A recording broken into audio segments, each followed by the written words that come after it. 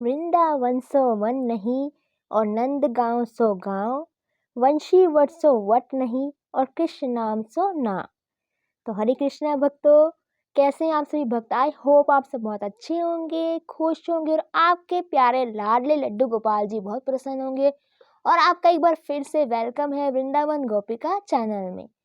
तो फ्रेंड्स, आप सभी भक्त ठाकुर जी के लिए रोज भोग बनाते हैं, विभिन्न प्रकार का बनाते होंगे, क्योंकि जो बहुत से भक्त हैं वो ठाकुर जी को यानी कि कहीं तो 3 टाइम का भोग देते हैं, कहीं 2 टाइम का भोग देते हैं, कोई 4 बार का, कोई 5 बार का, या फिर ऐसे कई भक्त भी हैं जो अनगिनत भोग देते हैं कि जब भी कोई चीज़ नहीं आए जो ठाकुर जी के लिए अनुकूल हो, ठाकुर जी के लिए शुद्ध हो, सबसे पहले ठाकुर जी को यानी कि लड्डू गोपाल जी को उनका भोग लगाया जाता है। जैसे कि मैं भी ऐसा करती हूँ कि जो भी ठाकुर जी के लिए यानी कि चीज़ आए, यानी कि जो भी घर में हम चीज़ लेके आते हैं जो ठाकुर जी के लिए अनुकूल हो, पहली बात हम वही चीज़ लेके आते हैं जो ठाकुर जी के लिए शुद्ध होती है। कभी भी ऐसा नहीं होता है कि हमारे घर में कोई ऐसी चीज़ आ जाए जो ठाकुर जी के लिए शुद्ध ना हो। तो मैं सबसे पहले ठाकुर जी को ही भोग लगाती हूँ। तो मैं भी ऐसा ही करती हूँ। तो आई होप आप भी ऐसा ही करते होंगे, क्योंकि बहुत से भक्त जो हैं वो ठाकुर जी के प्रिय हैं और ठाकुर जी भी लीलाएं दिखाते हैं। और ठाकुर जी के लिए तो भक्त कुछ भी करने को हमेशा तैयार रहते हैं, क्योंकि ऐसा प्यार ही ठाकुर जी का है जो हमें प्रेरित करता है बार बार कुछ ना कुछ यानी कि विभिन्न प्रकार को करने का।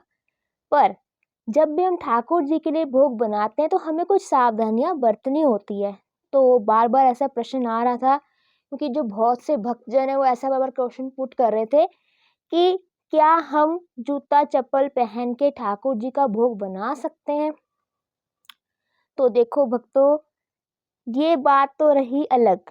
सबसे पहली बात है कि हमें ठाकुर जी का जब भी भोग बनाना है तो उसमें शुद्धता का ज़रूर ध्यान रखना है, क्योंकि हम ठाकुर जी को अपने घर का चाहे मेंबर मानते हैं, पर हमें ये नहीं भूलना चाहिए कि ठाकुर जी है तो भगवान, यानी कि लड्डू गोपाल जी जो हमारे घर में स्थापित हैं, विराजमान है तो वो भगवान ही है। चाहे उन्हें हम अपना सखा माने, चाहे उन्हें हम अपना पिता माने, चाहे अपना उनका भाई माने, चाहे उन्हें अपना हम बालक माने, क्योंकि बहुत से जो भक्तजन है उनका कोई ना कोई रिश्ता होता ज़रूर है ठाकुर जी के साथ। और उसी रिश्ते के साथ वो सारी जो भी क्रियाएं हैं जो ठाकुर जी के लिए करते हैं वो उसी भाव के साथ करते हैं, क्योंकि भाव बहुत ज़रूरी है। चाहे हम भोग लगाएं, चाहे उनकी सेवा करें, चाहे वस्त्र सेवा करें, चाहे कोई भी सेवा करें ठाकुर जी की, उसके लिए भाव होने बहुत ज़रूरी हैं। क्योंकि भाव के बिना हमारे ठाकुर जी जो लड्डू गोपाल जी हैं वो रीझते नहीं हैं, वो लाड नहीं लड़वाते हैं।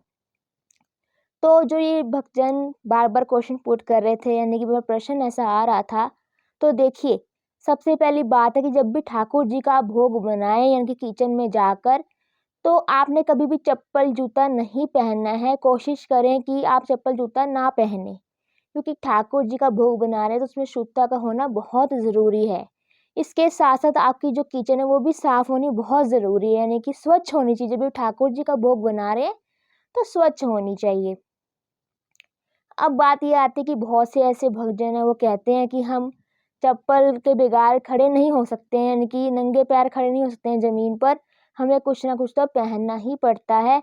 हम क्या करें क्या ना करें, हमें परेशानी हो रही है। तो देखो भक्तों, परेशान होने की ज़रूरत नहीं है। आप ये कर सकते हैं, देखिए आपको पता होगा कि लक्कड़ की खड़ाऊँ आती है, क्योंकि लक्कड़ की खड़ाऊँ जो होती है शुद्ध मानी जाती है, और आप उसे ज़रूर धारण कर सकते हैं। जब भी जो लोग यानी कि जो भक्तजन हैं वो नंगे पैर नहीं खड़े हो सकते, कोई हेल्थ इश्यूज़ हैं उनके, तो वो ठाकुर जी का जब भी भोग बनाएँ तो लक्कड़ की जो खड़ाऊँ आती है, बाज़ार में अवेलेबल होती है, हर जगह मिल जाती है, तो वो आप पहन सकते हैं। फिर ठाकुर जी का जो भोग आप बना सकते हैं। तो देखिए भक्तों, जो भी ठाकुर जी का भोग बनाएँ तो भाव से बनाएँ और शुद्धता का ज़रूर ध्यान रखें।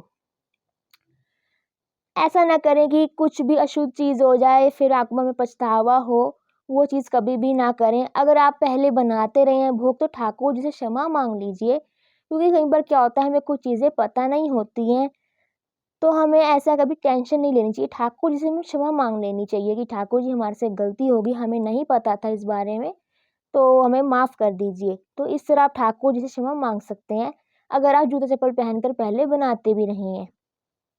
तो मैंने आपको बताया कि ठाकुर जी का जब भी वह भोग लगाएँ, तो उसमें शुद्धता का ध्यान ज़रूर रखें। तो देखिए, जब हम ठाकुर जी का जब भोग बनाते हैं तो ठाकुर जी के लिए ही बनाते हैं, और ठाकुर जी का जो भोग है वो हमेशा शुद्ध होना चाहिए, स्वच्छ होना चाहिए। कहीं भी कुछ भी यानी कि इधर-उधर कोई भी गंदगी नहीं होनी चाहिए। तो चप्पलें, आपको पता है, जो हम चप्पल वगैरह, जूते वगैरह पहन कर आते हैं, पता नहीं कहाँ-कहाँ से हम पहन कर आते हैं, और पता नहीं कहाँ-कहाँ गली पर जाकर कुछ न कुछ जूतों पे लग जाता है, तो वो गंदे ही होते हैं, शुद्ध नहीं होते हैं, वहाँ जूते चप्पल होते हैं। तो इसलिए आप एक अलग से खड़ाऊँ ले लीजिए लक्कड़ की, उसे आप अपने किचन के यूज़ के लिए ही रखें। ऐसा ना हो कि आप वो खड़ाऊँ की जो चप्पल जो भी है, यानी कि जो लक्कड़ की खड़ाऊँ है, उसे आप कहीं भी पहन कर जा रहे हैं, ऐसा ना करें।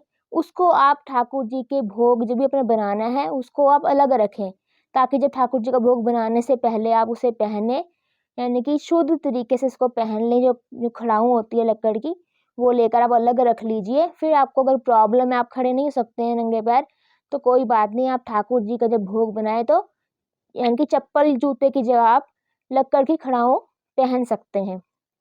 तो आई होप आपको पता लग गया होगा कि ठाकुर जी का जब हमें भोग बनाना है, तो जूता, चप्पल पहनकर नहीं बनाना, क्योंकि ये चीज़ें जो होती हैं शुद्ध नहीं होती हैं, अशुद्ध माना जाता है जूता, चप्पल को।